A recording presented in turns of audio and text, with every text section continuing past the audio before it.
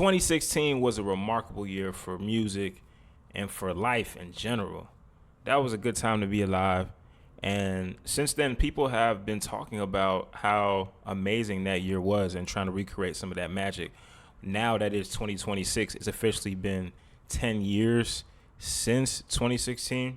So right now we're going to react to this YouTuber who made a whole documentary. Shout out to 1111, explaining why hip hop cannot move on from 2016. So without further ado, let's get it. 2016 is officially a decade old, so why does everybody still try to bring it back? If you scrolled through Instagram lately, your feed has probably felt like a time machine. Oversaturated throwback pics, old 2016 memes, and take me back captions under every dog filter selfie. However, the reason why 2016 refuses to die isn't strictly aesthetics, it's the soundtrack. When I'm sober, I just don't like who I am. I ain't gonna say everybody want to be us, but man, everybody want to be us. I ain't say it, he said. 2016 marked a turning point in both rap and music forever. And now, over 10 years later, searches for 2016 songs and playlists continue to hit record peaks, with some such as Drake's One Dance literally seeing its biggest streaming days since release. Which then forces us to wonder, was Damn, One Dance came out in 2016? And that was kind of like the beginning of the whole Afrobeat era coming into play. And now in 2026, Afrobeats is bigger than ever. That's crazy. 2016 really that great? Or are we all just blinded by nostalgia? Damn, Daniel. Damn, Daniel. Back at it again. Damn, Daniel came out in 2016. Dudes love 2016 more than they own chick, reads this viral post on X, referring to the time back when the site was still called Twitter, and before users got paid to post rage bait or AI slop. However, every social media site is joining in on this new trend. Even Elmo is. This trend of reminiscing on what felt like overall better days, and to quote, treat 2026 like it's the new 2016. All over social media, it's the year 2016 all over again. Collectively, it's 2016 again. I'm down for it. 2016 was the greatest year in human history. According to TikTok, a platform that, keep in mind, didn't exist 10 years ago, because instead we had Vine, TikTok searches for 2016 have surged by more than 450% in this past week. While on Snapchat, the home of the famous dog filter, Snapchat is currently witnessing an even bigger spike in 2016 searches. But it doesn't stop there. And in case you haven't all heard, all things 2016 are indeed back, including the music. And according to Spotify, there's been nearly an 800% increase in user-generated 2016 playlists. On the music side of things, 2016 playlists are blowing up like crazy, with multiple songs actually going viral enough to re-enter the Billboard charts. Apple Music has even dedicated an entire section of their discovery page to Welcome Back 2016, which then raises the same question the New York Times asks. Why do we still want it to be 2016? What was it that made this year so special? Even rappers themselves keep referencing it. In order to answer this, we must separate the facts from the feeling, and turn the clocks back to 2016. Iguodala to Curry, back to Iguodala, up for the layup. Oh, blocked by James. Gives it to Jenkins for the championship.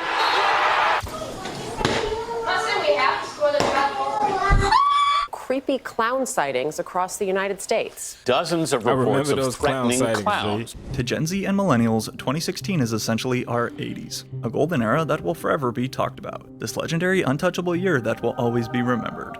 And, at least when we look at music specifically, it's very easy to understand why. No, but looking back at 2016, albums that turned 10, Coloring Book, Chance the Rapper. That was a phenomenal album. Yeah. Great album. Drake Views. Great album. Fine. Blank Face, Schoolboy Q. It's a lot of fire in here, bro. Life of Pablo. Life of Pablo came out during that time too.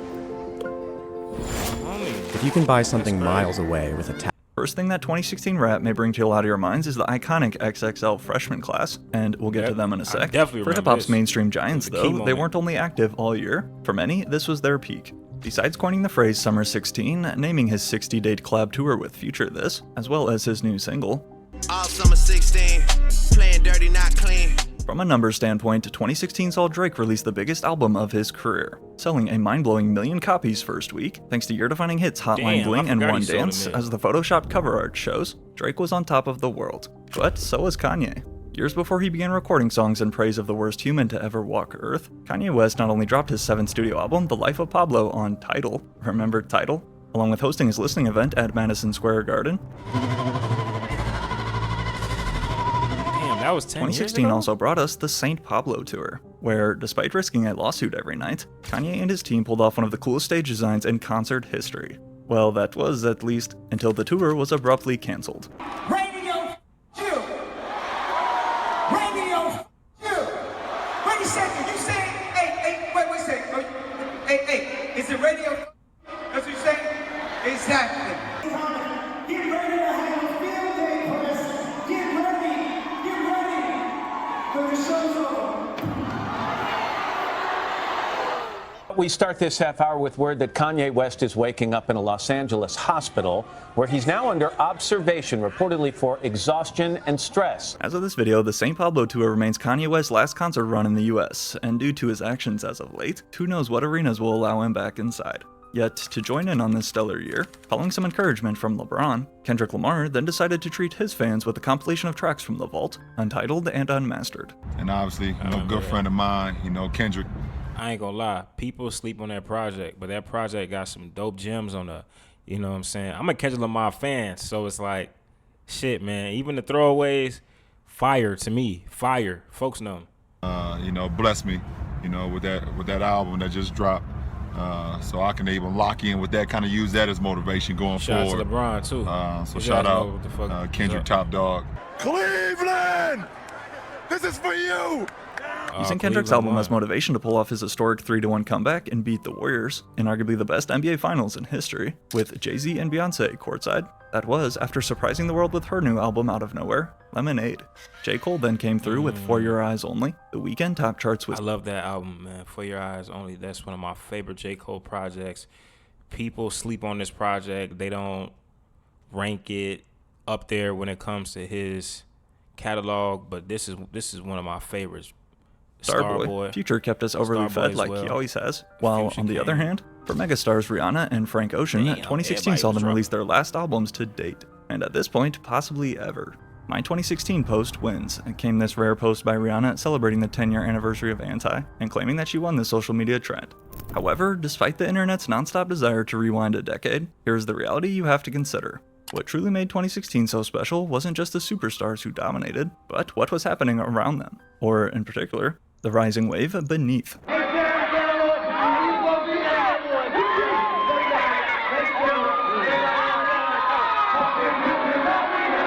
He said, late night got a late show. Everybody, let's get it. Stop it, feels this. I was like, whoa.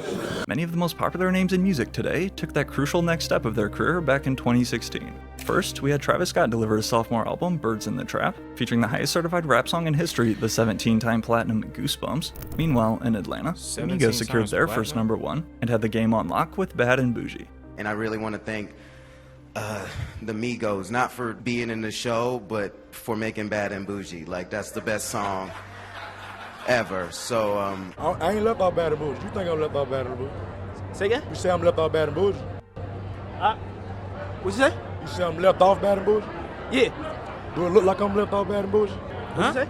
Do it look like I'm left off Bad and Bougie? Nah!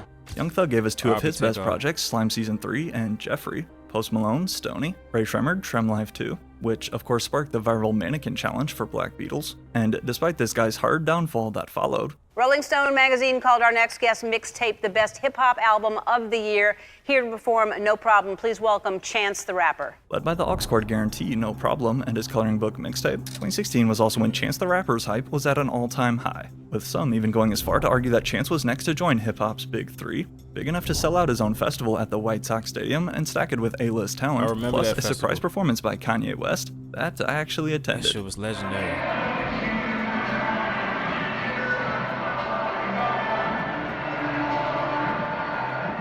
That was a crazy time, gang. Man, that was a crazy time. I'm from the city. You know what I'm saying? I'm from Chicago. So when Chance was taking over during this time in 2016, and then he was linking up with Kanye, and they was doing festivals. They had Lupe, bro. That was like a second coming for the city as well, Chicago.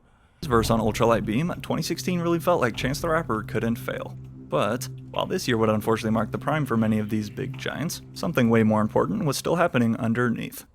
The XXL freshman list was first created way back in 2007. However, in 2016, it wasn't just a magazine cover, but rather this class became the blueprint for hip-hop's next era. This might be the most flexing class that y'all done had. Man, we just flexing. For real. You already know how And we the coming. youngest class. Yeah, you already know how we come. I just got out of high school. I ain't go to high school. Led by Lil Uzi Vert, Lil Yachty, 21 Savage, Kodak Black, Denzel Curry, and Designer. Back when Panda was the #1 song in the world, often labeled by old heads as, quote, mumble rap. Although, as we're about to see, this generation was very controversial. Their cipher, though, literally sits at nearly 250 million views, certifying XXL's 2016 class easily the most successful. All these niggas stealing my stock, I get my flow back. Wasn't no food for rice. All these bitches, they want me, but they get one night. So who the f*** is the sorry ass beat? I'm front of ugly. Rather than taking things super serious and treating rap like the lyrical Olympics, this new wave that emerged leaned into energy, personality, and just straight up fun. A shift that felt much needed. Artists were not afraid to push against the industry's old rules and pave their own way. Their genuine love for music shined, compared to nowadays where artists can often feel corporate and fake. But to add to the year's already loaded lineup, this class gave us Savage Mode 1, Lil Boat 1, Imperial by Denzel Curry, plus we definitely can't forget 2016 watched Lil Uzi Vert drop his 2 breakout mixtapes back to back, within only a 3-month span. Hey, what's up? It's Lil Uzi Vert, and I'm 2016 XXL freshman. That nigga Uzi was a key player in 2016. Like, he was one of the main players of that year, for sure. 2016 would not be 2016 without Uzi, for sure. Even Uzi himself still acknowledges how fire his run was in 2016. But with that said, it wasn't only because we were getting flooded with fire hits left and right, but also how they were releasing their music. SoundCloud. This little orange logo truly changed the game 10 years ago. Although not created in 2016, this was when SoundCloud became the go-to streaming service where these rising rappers would post their music for fans. And the best part was, not only was it free, but with no record labels micromanaging their releases or forcing them to do a bunch of corny promo. This meant artists could drop tracks on SoundCloud whenever they wanted. What did you post on SoundCloud? White Yes, Iverson. sir. White Iverson. Yes, sir. You're just another schlub living at home. Yes, sir. And you posted on SoundCloud. The night it was done, I was like, let's just fucking put it up. What's the worst that could happen? I would drop a song, and Uzi would drop 2-3 songs, just bump me down to number 3, number 4. And I'm like, you doing that shit on purpose? He's like, yeah. I'm like, oh, shit, you know what I'm saying? That's my boy. That was like crazy. Like, it was real. Like, people were fucking with SoundCloud. People were indeed SoundCloud heavy. So much so that it even sparked its own subgenre known as SoundCloud rap, characterized by face tattoos and auto-tune. However, all the help of SoundCloud in this new generation was able to help push rap up to the #1 genre in the world for the first time ever, not everybody was loving it. We call it mumble rap. Oh, so y'all got a name for it? Yeah, me and my homies. I mean, it ain't no disrespect to the little homies. That's what's wrong right now. Everybody trying to rap the same style with the, I don't know who created it, if it was Future or Migos, but all the sound the same.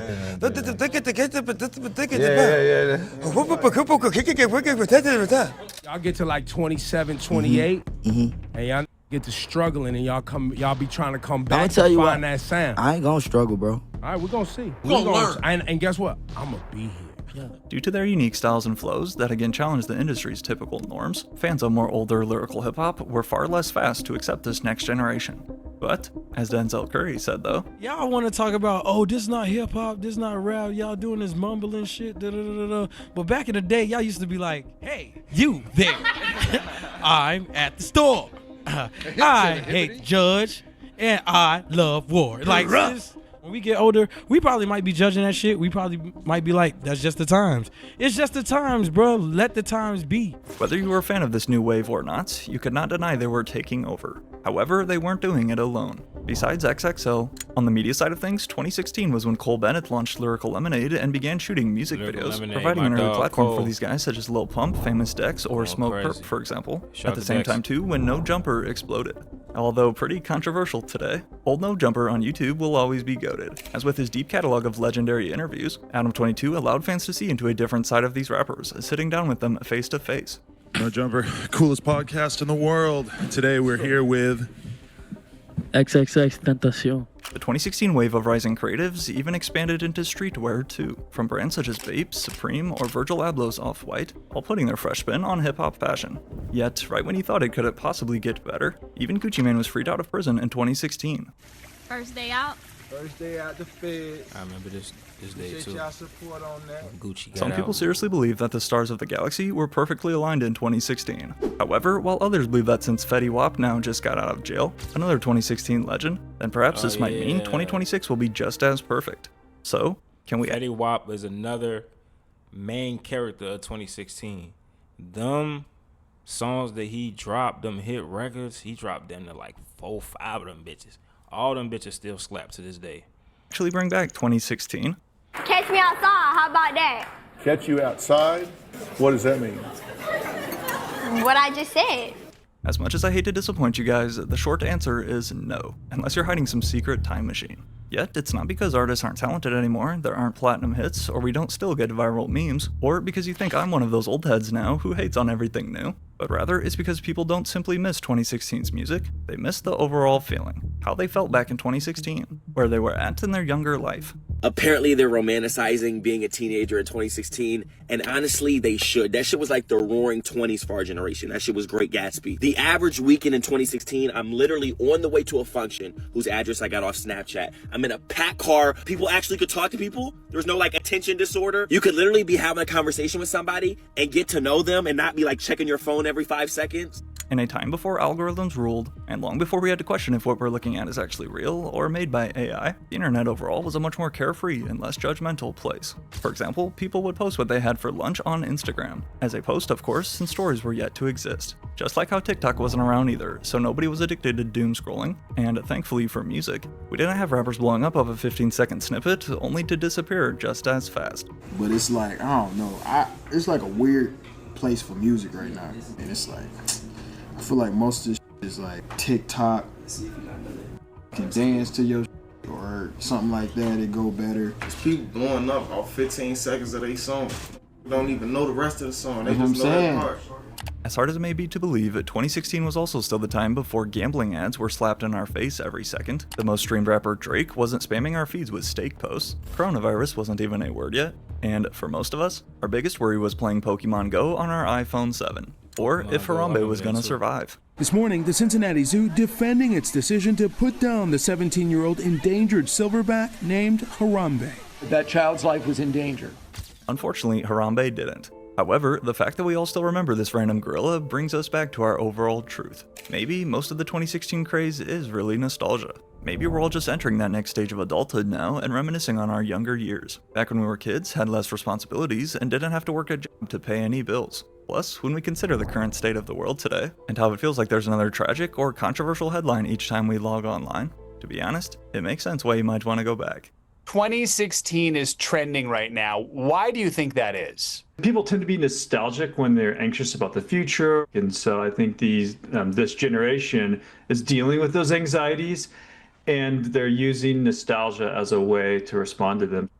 As much as we all joke about treating 2026 like 2016, the truth is we can't rewind time. However, here's the good news. 2016 proved to us that the culture can shift overnight and the next wave can rise out of nowhere. So, rather than trying to relive past moments, instead, let's focus on creating new ones.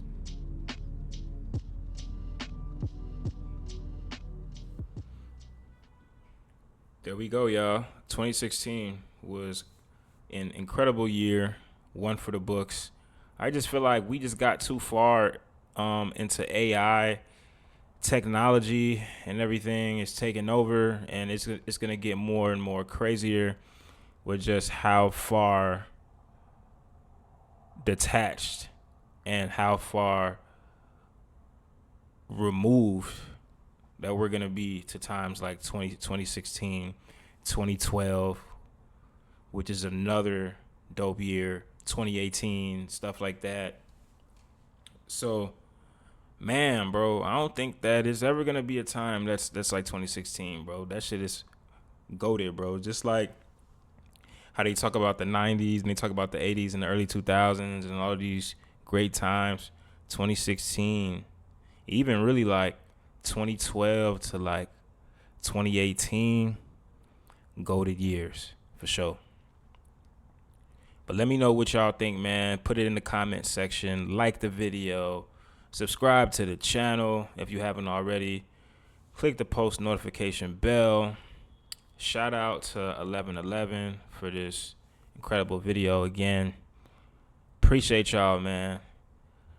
Let's bring 2016 back any way that we can. Even though it's nearly impossible, let's still try to live in the moment like it's 2016. For real. Appreciate y'all, man. Stay safe.